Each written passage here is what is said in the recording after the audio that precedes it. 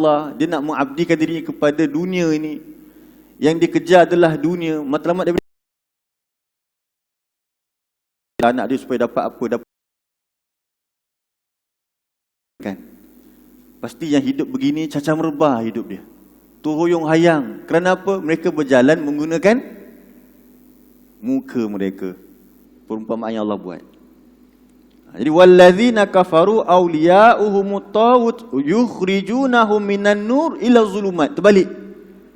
Mereka pula mengeluarkan orang-orang tadi itu daripada cahaya kepada kegelapan. Hidup pula dalam keadaan gelap, tak ada lampu. Terbalik, muka ke bawah. Macam nak jalan?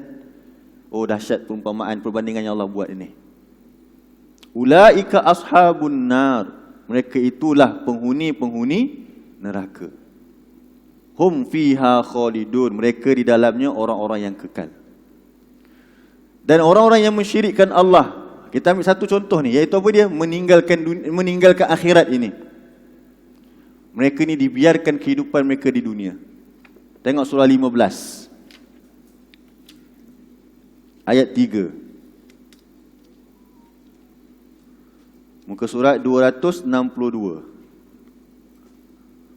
Surah 15 ayat 3.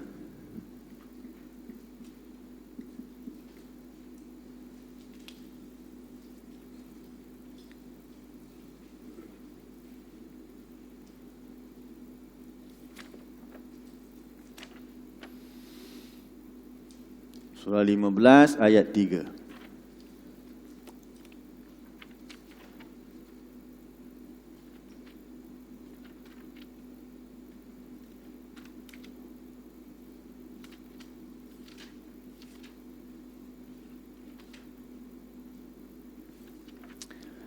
Apa Allah sebut di situ? Surah 15 surah Al-Hijr ayat yang ketiga 262. Zarhum.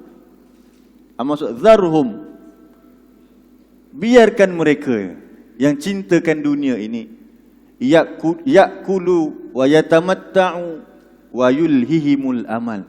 Biarkan mereka apa? Yakulu, mereka makan. Maksud makan di sini, hidup cari makan lah, kerja je. Nak dapatkan dunia, habuan dunia ni. Biarkan mereka hidup cari habuan dunia ini. Jadi orang macam ni Allah biarkan. Wa yatamatta'u, yang hidup mereka hanya nak bersenang-senang. Wa yulhihimul amal, dan lagi yang panjang angan-angan dia. Dia tak ada cita-cita tapi dia berangan-angan. Untuk orang beriman dia ada cita-cita. Cita-cita dia akhirat, bukan angan-angan. Masuk akhirat ini, nak pergi ke syurga ini, angan-angan ke cita-cita? Cita-cita ataupun matlamat. Tu kita kata tadi ni, matlamat. Tapi bila tak ada matlamat ini, sebab mereka hidup di atas dunia yang penuh dengan tipu daya, hanyalah angan-angan. Beza kat situ. Jadi adakah orang yang hanya ada angan-angan ni, dia akan dapat buat suatu kerja yang kuat, yang hebat? Tak sama dengan orang yang ada betul-betul matlamat dan cita-cita. So jangan tertipu. Fasaufa ya'lamun, maka kelak mereka akan tahu akibat mereka. Satu lagi, kenapa orang yang tidak mensyirikkan Allah ni, mereka hidup dalam keadaan yang susah, yang cacah merebah. Walaupun hidup senang kerana Allah boleh bagi kehidupan senang, kehidupan dunia ini, tapi mereka berjalan seperti apa Allah kata tadi, di atas muka itu. Yang kedua tadi, akhirat kan. Kita ambil dua je hari ini insya-Allah. Tengok surah 29 ayat 51.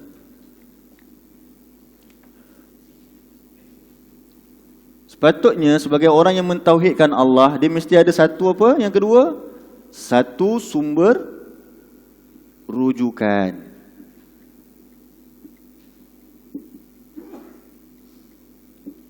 Apa sumber rujukan kita? Al-Quran. Al-Quran ni daripada siapa? Daripada Allah. Sama tak kitab Al-Quran dengan kitab-kitab ataupun tulisan-tulisan manusia yang kita kata hebat? Tulisan dia boleh memberi kita nampak apa kita nak buat. Tak sama sama sekali. Walaupun bestseller, dijual di seluruh dunia, tapi ini Al-Quran, kalam Allah, ucapan daripada Allah sendiri yang tahu keperluan hidup kita ini. Jadi dalam surah 29 ayat 51, Muka surat 402.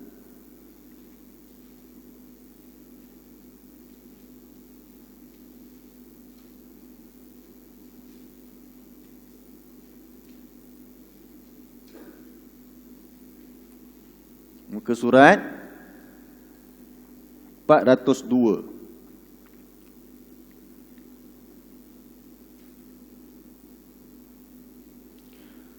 Jumpa?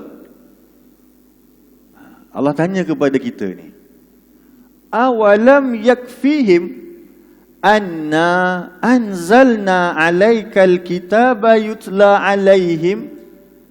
Jumpa tak? Apa maksud ayat tu? Cuba perhatikan terjemahan dia. Apakah tidak cukup bagi mereka bahawasanya kami telah menurunkan kepada engkau sebuah kitab, Alkitab, Al-Quran. Allah tanya kepada orang Quraisy, dan ayat ni kepada kita hari ini. Tak cukup ke Alkitab ni untuk kamu? Yang ayat-ayatnya dibacakan ke atas mereka.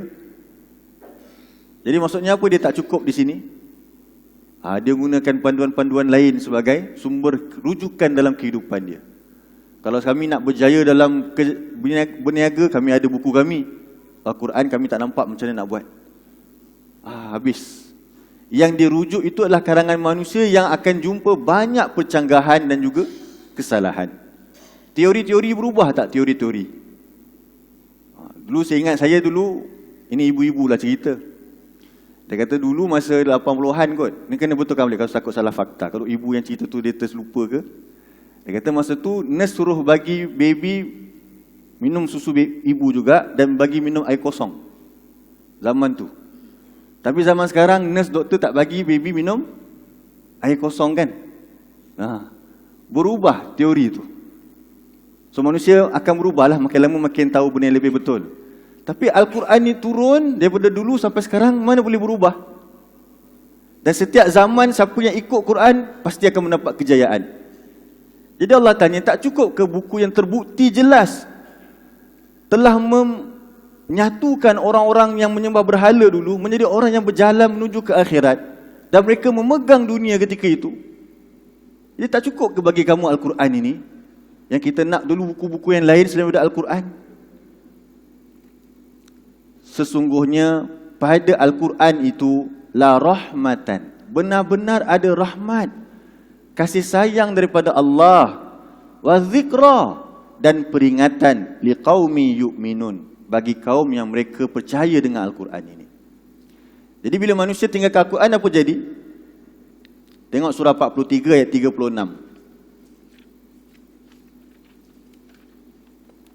Surah 43 ayat 36. Tadi 29, 51 tadi ya. Ini surah 43 ayat 36.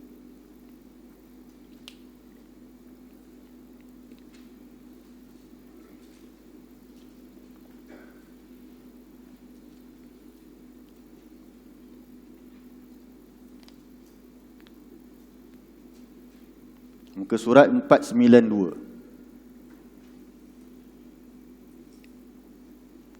Muka surat 492.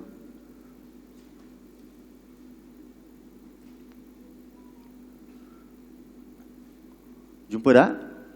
Surah 43, surah Az-Zukhruf ayat 36, muka surat 492.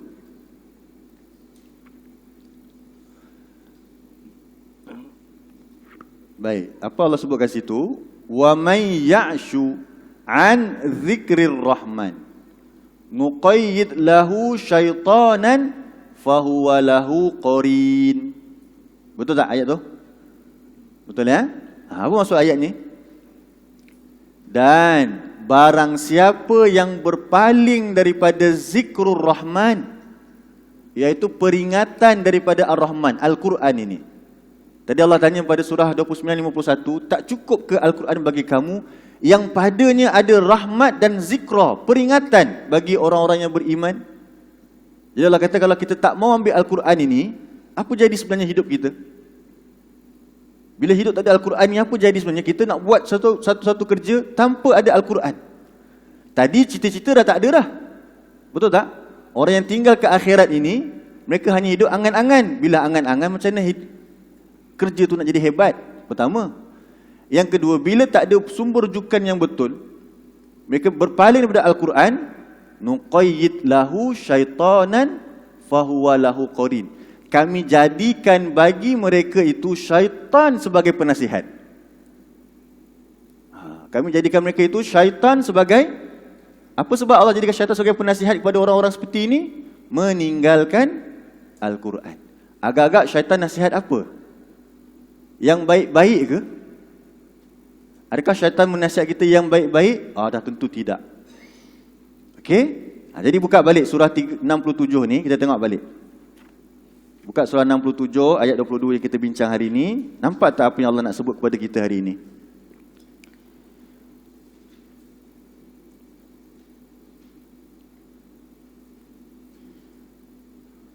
Buka balik surah Al-Mulk. Jadi Allah kata, afamay yamshi mukibban ala wajhihi.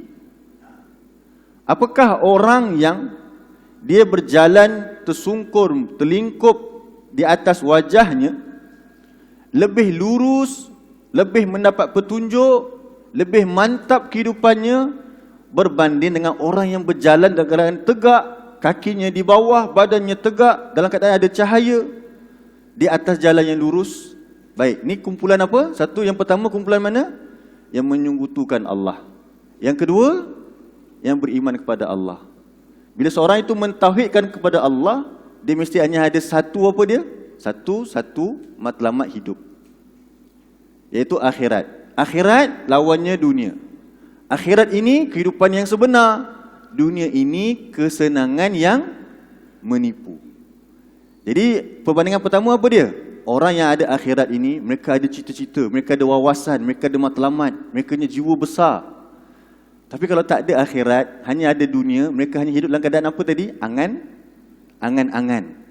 Beza tak nak buat kerja, satu angan-angan, satu dengan matlamat. Sebab tu kat sini Allah buat perbandingan. Orang yang hanya ada angan-angan, jalan seperti orang yang terlingkup wajah dia. Tapi orang yang ada cita-cita berwawasan, nampak hebat dia berjalan. Yang kedua apa dia? Quran sebagai sumber rujukan dia. Hanya satu sumber rujukan bagi orang yang beriman yang mentauhidkan Allah. Al-Quran dalam tu ada rahmat, ada peringatan daripada Allah. Jadi kalau dia nak buat, ada datang peringatan. Dia akan perbaiki balik matlamat dia. Tapi bila kita tinggalkan Al-Quran, apa jadi? Syaitan yang akan datang memberi peringatan kepada dia. Syaitan yang akan datang menjadi penasihat kepada dia. Jadi tengok macam mana orang yang penasihat dia salah nak buat kerja. Apa hasil kerja kepada orang yang penasihat dia salah? Salah pilih penasihat. Salah pilih setiausaha lah kita kata. Apa jadi? Kalau boleh dipecat syaitan tu tak apa. Nak pecat syaitan tu macam mana? Balik kepada Al-Quran. Kalau tidak, dia jadi penasihat 20% tu lah. Habis semua. Sampai habis semua. Kedai dia semua kena jual. Kena lelong. Piramli jual. Jadi itu ceritalah mengarut lah tu. Nak beritahu itulah maksud ayat ini. Allah nak beritahu kalau kita nak hidupan yang cemerlang, hebat. Adalah cemerlang itu maksudnya apa dia? Mentauhidkan Allah. Allah buat perumpamaan yang amat dahsyat. Satu orang yang berjalan dengan wajahnya terlingkup. Tuan-tuan, kalau kita tengok hari ni dekat dunia ni lah, ini bukan dalam bentuk penghinaan. Tengok kadang-kadang orang yang berjalan tak ada kaki tu, jalan dengan, kan? Pernah tengok kan? Pun kita rasa macam kesian. Betul lah, memanglah kita rasa kesian. Itu ujian dia dekat dunia lah. Tapi bayangkan ni, Allah kata orang yang tinggalkan Allah, tinggalkan Al-Quran, tak ada matlamat hidup akhirat, dia jalan seperti apa dia? Bukan jalan dengan tangan tadi lah, jalan dengan muka dia. Nampak apa jalan dengan muka? Tapi dari segi pandangan mata dunia juga, orang yang dunia juga akan nampak hebatlah orang macam ni. Sebab tu Qarun, orang yang cintakan Qarun, cintakan harta dunia, dia kata apa dekat Qarun? Wah, untungnya Qarun. Tapi orang yang ada ilmu, Allah kata apa dia? Binasa Qarun ni. Tengok balik surah 28 kan, Allah cerita tentang Qarun. Baik tuan-tuan puan sekalian, insya-Allah sekadar itu dulu untuk hari ini. Semoga ayat ini yang ringkas kita bincangkan ini menjadi pengajaran kepada kita agar kita memilih kumpulan mana yang kita nak berada. berada di atas jalan yang lurus, dalam keadaan kita jalan tegap, ingat, mesti ada cita-cita yang besar, iaitu akhirat. Tapi kalau kita mencampurkan akhirat dengan dunia, sebab pemikiran hari ini rosak, seimbangkan dunia akhirat, itu perkataan yang rosak. Macam nak seimbangkan yang angan-angan dengan benda yang matlamat yang besar ni? Tak betul lah fikir macam tu. Baik, wallahu a'lam, jazakumullah khairan atas perhatian semua. Jadi waktu pun terbatas ya. Jadi apa yang ada ni mudah-mudahan memberi manfaat kepada kita bersama. Sebab tu Nabi SAW sering mengajar kepada kita doa berkaitan dengan ilmu, bukan saja minta ilmu. Quran, dalam Quran satu perkara je yang Allah suruh kita minta, iaitu minta ilmu, tambah apa? Tambah ilmu. Dan Nabi pula banyak ajar kepada kita tentang minta ni. Satu, minta ilmu, dan berkaitan dengan ilmu juga Nabi ajar kita supaya berlindung daripada ilmu yang tidak bermanfaat. Jadi sebelum kita akhiri, mari ikut saya doa ni. Bismillahirrahmanirrahim. Alhamdulillahirabbil alamin. Wassalatu wassalamu ala rasulil amin wa ala alihi wa sahbihi ajmain. Allahumma inna na'udzubika minal arba' wa min ilmin la yanfa' wa min qalbin la yakhsha' wa min nafsin la tashba' wa min du'ain la yusma'. Ya Allah, kami mohon perlindungan kepada Engkau daripada ilmu yang tidak bermanfaat, daripada hati yang tidak pernah khusyuk, daripada jiwa yang tidak pernah puas, dan daripada doa yang tidak didengari. Rabbana atina fid dunya hasanah wa fil akhirati hasanah wa qina azabannar. Wa sallallahu ala nabiyyina Muhammad wa ala alihi wa sahbihi wasallam. Walhamdulillahirabbil alamin. Insyaallah kita jumpa lagi pada minggu hadapan. Assalamualaikum warahmatullahi wabarakatuh.